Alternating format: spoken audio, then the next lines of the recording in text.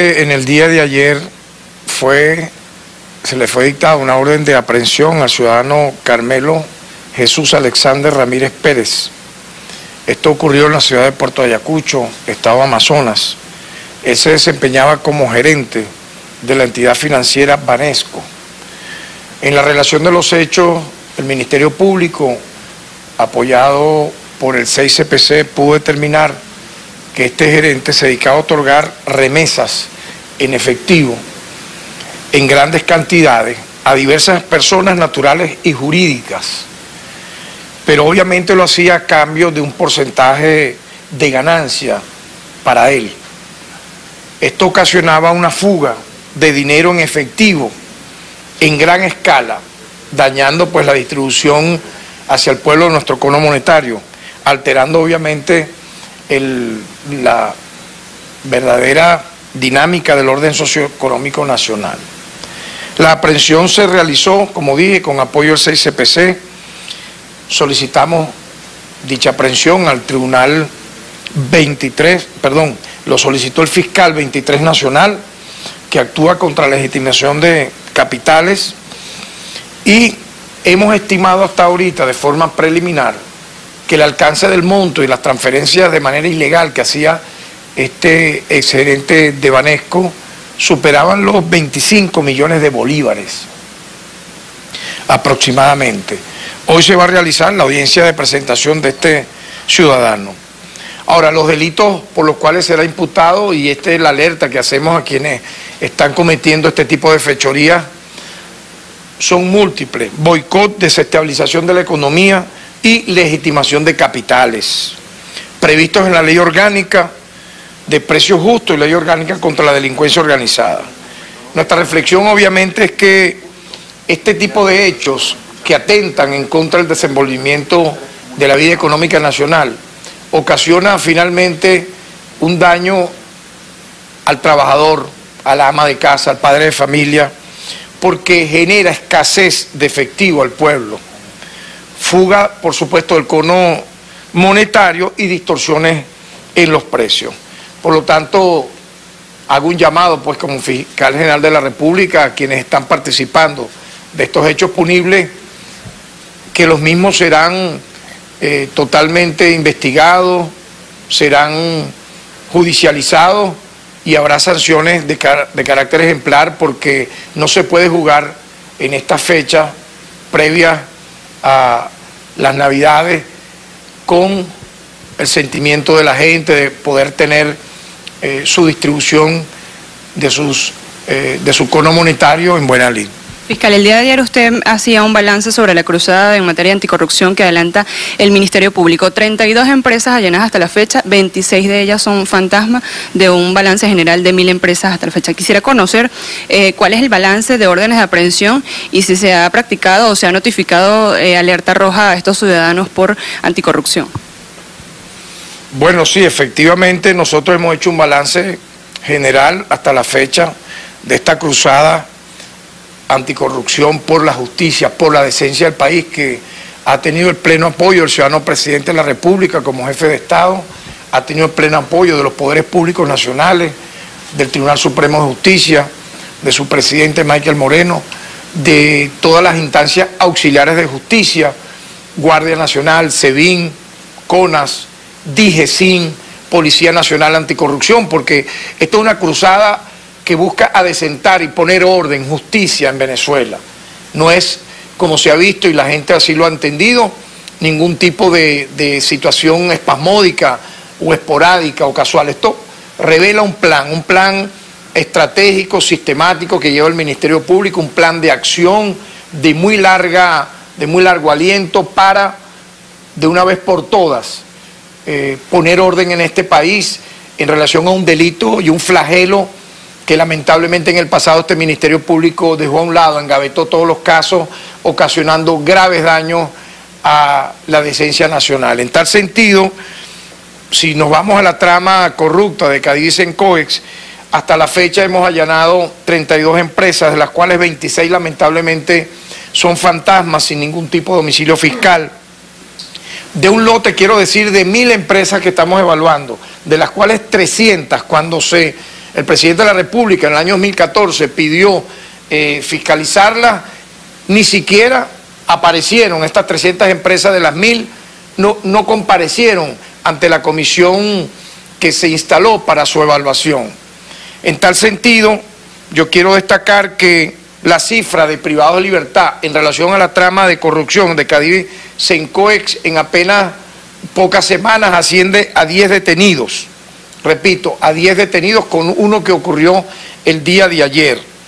En PDVSA la cifra asciende de detenidos a 18 privados de libertad por corrupción en Petrozamora, en el desfalco de la faja petrolífera del Orinoco, en la trama de tráfico de vehículos de PDVSA Monagas, que serían en este caso 16 gerentes de alto nivel, entre ellos el exdirector de la faja petrolífera del Orinoco, Pedro León, recluido en el DIGESIN, entre ellos 9 gerentes de PDVSA Occidente, recluidos en el DIGESIN de Caracas también, y 2 empresarios, Carlos Esteban Fermín y Manuel Sosa, vinculados también pues a eventos similares, como dije, de corrupción. Usted me consultaba sobre las alertas rojas. Obviamente que sí, no solamente por los temas que usted me consulta, también estamos evaluando, investigando la mafia de extorsión que existía aquí en el Ministerio Público, liderada lamentablemente por varios directores, fiscales, muchos de ellos prófugos de la justicia.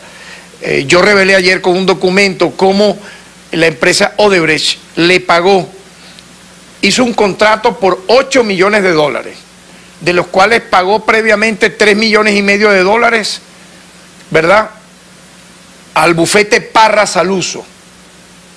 Parra Saluso se encuentra privado de libertad y ha prometido acogerse a la política de la delación, para él revelar con nombres y apellidos quiénes eran los directores, quiénes eran los titulares del Ministerio Público que conformaban el cartel de extorsión junto con él. Tal vez no sea el único, Parra Saluso. Y en ese sentido, él se encuentra privado de libertad por ese evento, y en esa trama están varias alertas rojas. Una de ellas, pudiera decir, recae sobre el exdiputado Germán Ferrer. Contra él se activó una notificación de difusión roja en Interpol, porque él está presuntamente involucrado en ese cartel de extorsión que existía en el Ministerio Público.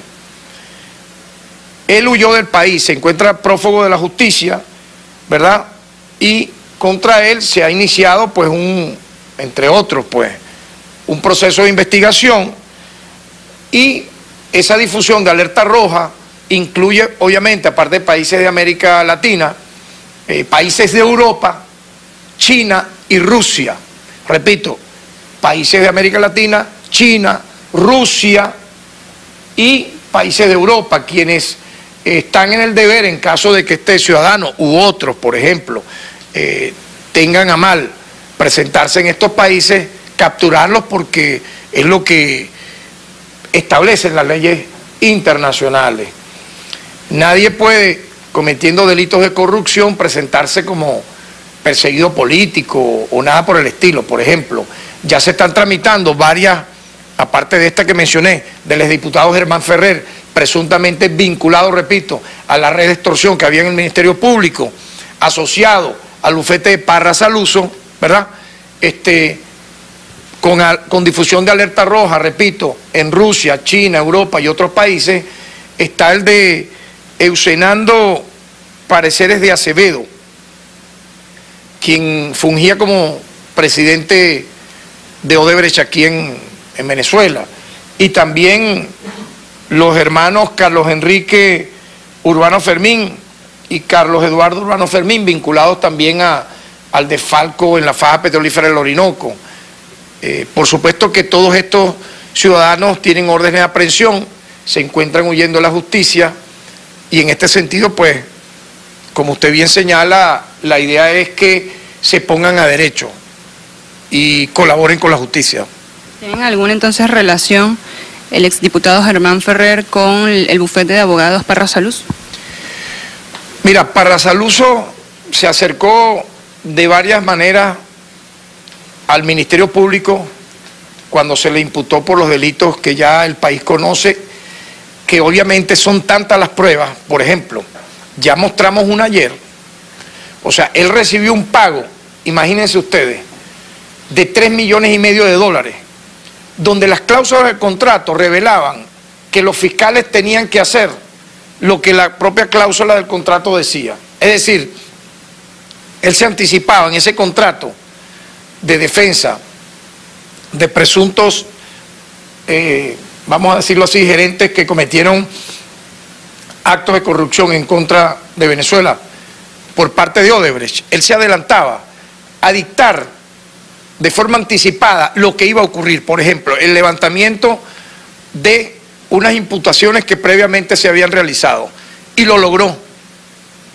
Es decir, aquí se pudiera inferir que Parra Saluso le daba instrucciones a los fiscales del Ministerio Público, en este caso Lupera y Luis Sánchez.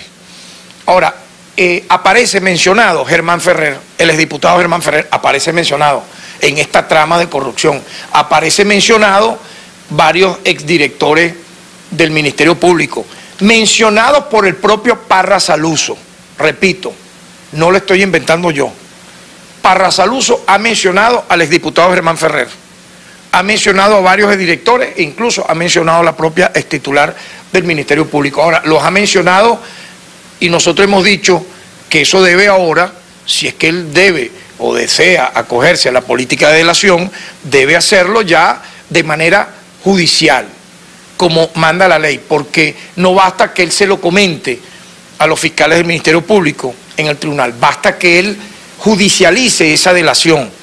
¿Para qué? Bueno, para que el país conozca lo que aquí ocurrió, para que se sepa que en vez de ser este Ministerio Público, un Ministerio Público como en 2 meses lo hemos demostrado, que persigue el delito, que busca hacer justicia, respetando derechos humanos, que también preserva el Estado de Derecho, no permitiendo que en casos de violaciones a derechos humanos, ejecuciones extrajudiciales, como han ocurrido en algunos estados, queden impunes. Nosotros estamos buscando, obviamente, que Venezuela confíe en el Ministerio Público. ¿Por qué? Porque un fiscal del Ministerio Público, como existía en el pasado, que corrompa a un funcionario policial, que corrompa a un juez, ¿a quién termina dañando? Termina dañando al pueblo, a la nación venezolana. Y en ese sentido, como usted pregunta, se ha presumido, por lo que se ha recabado, que el exdiputado Germán Ferrer, cuya alerta roja o difusión de alerta roja está ya en pantalla en países de América Latina, Rusia, China y Europa, bueno, debe comparecer ante la justicia y explicar cuál es su vinculación de él y de otros que lo acompañaron en esta trama del bufete de Parra Saluso y el cartel de extorsión, de amedrentamiento, de persecución que existía en este Ministerio Público, que por cierto, el país lo ha venido conociendo a través de hechos.